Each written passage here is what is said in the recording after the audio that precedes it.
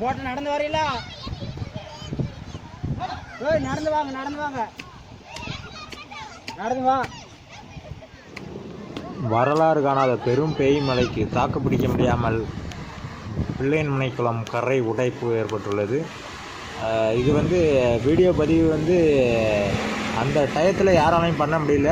Power cut, current கிடையாது, அது போன்ற பல்வேறு இணைய சேவைகள் முடக்கப்பட்டது. இது போன்ற பல்வேறு காரணங்களால் நம்ம பகுதியில் இருக்கக்கூடிய பலராலும் வீடியோ பதிவு செய்ய முடியல. அதனால் வீடியோ பதிவு தாமதமாக, மழை ஓய்ந்த பின்னர் தாமதமாக வீடியோ பதிவு ஒவ்வொருவரும் பதிவு செய்து கொண்டிருக்கிறார்கள். அந்த நபர்களில் நானும் ஒன்று. இது வெறும் வரலாறு காணாத மழை. இப்போ நாசிக்கில் மீட்பு பணிக்காக கப்பல் மூலமாக தேசிய பேரிடர் மீட்பு படையினர் இருக்காங்க பல்வேறு மாவட்டங்களில் இருந்தும்.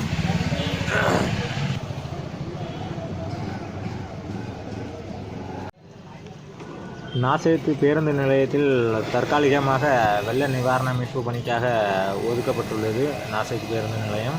இங்கே தேசிய பேரிடர் மீட்பு படையினர் மற்றும் ராமநாதபுரம் போன்ற தென் கடலோர மாவட்டங்களைச் சேர்ந்த பல மீனவ கிராமங்களிலிருந்து மீட்பு பணிக்காக படகுகள் தயார் நிலையில் இருக்குது.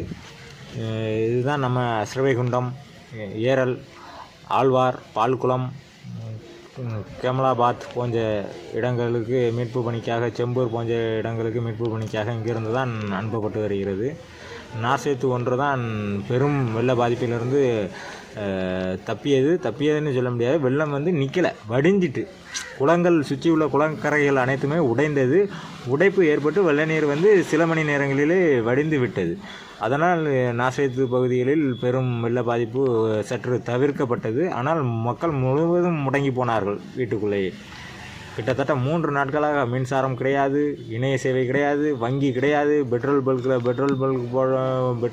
பெட்ரோல் போட முடியல, ஜிபே போன்றவை இயங்கவில்லை, மக்கள் கையில் பணங்கள் இல்லை. மீண்டும் காகித நிலைக்கு, டிஜிட்டல் இந்தியான்னு சொல்லுவோம். அந்த டிஜிட்டல் இந்தியா ஒரு 3-4 நாட்களாக முடங்கி போயிட்டு தென் மாவட்டங்கள் முழுவதுமே.